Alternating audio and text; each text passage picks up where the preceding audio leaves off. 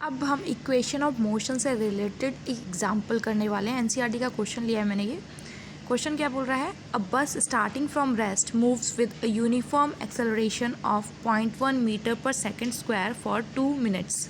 मतलब क्या है कि एक बस है जो स्टार्ट होती है रेस्ट से, यानी कि उसकी इनिशियल वेलोसिटी क्या हो जाएगी 0, और मूव करते जा रहा है, कितना एक्सेलरेट कर रहा है, यूनिफॉर्मली एक्सेलरेट कर रहा है 0.1 मीटर पर सेकेंड स्क्वायर से। कितनी देर के लिए? 2 मिनट के लिए। क्वेश्चन आपको ये दिया गया है और आपसे पूछा गया है ढूंढने के लिए to find out the speed acquired, यानी कि आपको फाइनल वेलोसिटी पूछा है और बी आपसे क्या पूछा है, द डिस्टेंस ट्रैवल। तो आपको ये बताना है कि फाइनल वेलोसिटी उसकी क्या होगी और उसने कितना डिस्टेंस ट्रैवल किया। तो इसके लिए हमें क्या करना है, पहले तो देखिए क्वेश्चन क्या क्या दे रखा है, उसको क्या क्या चाहता है हमसे। तो इसके लिए आप सबसे पहले तो स्टार्ट करते हैं विद द गिवन्स। ठीक है, तो हम लिखेंगे गिवन, आंसर लिखकर। गिवन में हमें दे रखा है A which is equal to 0.1 metre per second square. Second आपको दे रखा है टाइम, तो दैट टाइम इज़ 2 मिनट, और 2 मिनट को we will convert into second. तो इसके लिए मैं इसको मल्टीप्लाई कर रही हूँ विद 60, तो ये हमारा क्या हो गया 120 second. Now they are asking for v, okay, और हमें क्या पूछा है, डिस्टेंस, दैट इज़ एस। और एक और चीज़ दे रखी है, वो दे रखी है हमें initial velocity, that is u is equal to 0। अब देखिए ये जो चीज़ें हमें दे रखी है, अब क्या क्या चीज़ें निकालनी है। तो पहले तो हमें निकालनी है v, तो हम एक रफ वो कर लेते हैं फॉर्मेट। रफ फॉर्मेट में क्या करोगे, आप सारे इक्वेशंस पहले लिख लोगे ताकि आपके सामने इक्वेशंस रहें। ये इजी तरीका है आपका किसी भी न्यूमेरिकल को सॉल्व करने का। ठीक है, जितनी भी इक्वेशंस हमने पढ़ी हैं, तीनों इक्वेशंस को हम यहाँ पर नोट डाउन कर लेंगे। और लास्ट क्या है, V square is equal to U square plus 2as। तो ये फर्स्ट, सेकेंड और थर्ड तीनों इक्वेशन मैंने लिख ली। अब तीनों इक्वेशन में देखिए ए, टी, यू और वी, ये जो चारों चीज़ें हैं वो किस में आती हैं, ए, टी, वी और यू।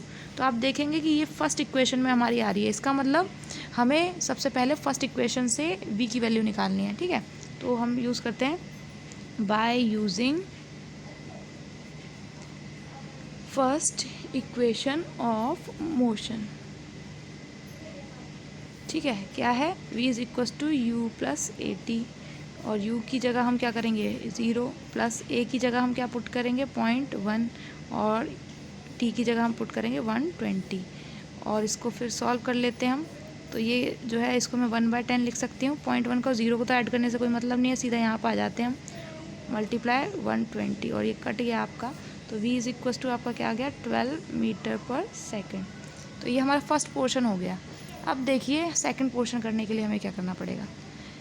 अब सेकंड के लिए देखिए हमें चाहिए s, तो a, t, v, u और s। अब तो हमारे पास सारी चीज़ें हैं, 5 चीज़ों में से 4 चीज़ें हैं, तो आप ऐसे कोई भी फॉर्मूला लगा सकते हो, आपको जो भी ईजी लगे। ये ईजी लगता है तो ये ईजी लगता है तो ये। तो हमारे को पता है कि u 0 है, तो इसलिए सेकेंड इक्वेशन को यूज़ करना ज़्यादा ईजी रहेगा, तो इसलिए हम सेकेंड इक्वेशन यूज़ कर रहे हैं by using second equation of motion.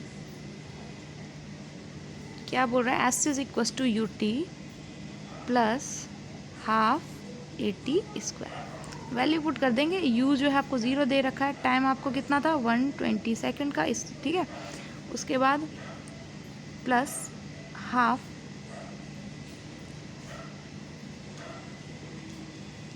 ए क्या दे रखा है आपको 0.1, तो 0.1 को मैं 1/10 लिख लेती हूँ। ठीक है, उसके बाद फॉर्मूले में क्या है, टी स्क्वायर दे रखा था। टी स्क्वायर मतलब कितना हो जाएगा 120 मल्टीप्लाई 120।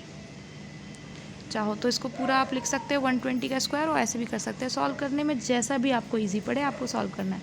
अब देखिए ये जो टर्म है आपकी वो क्या हो जाएगी 0, क्योंकि 0 से मल्टीप्लाई हो रहा है 120। अब यहाँ देखिए 2 से हम इसको काट देते हैं, तो ये क्या हो जाएगा आपका 60, और यहाँ से हम इसे काट देते हैं, तो हमारे पास उधर क्या रह गया सिर्फ 6 मल्टीप्लाई 120, और इसको हम क्या कर लेंगे मल्टीप्लाई कर देते हैं, तो हमारे पास आंसर क्या आ जाता है, देखिए 720 मीटर।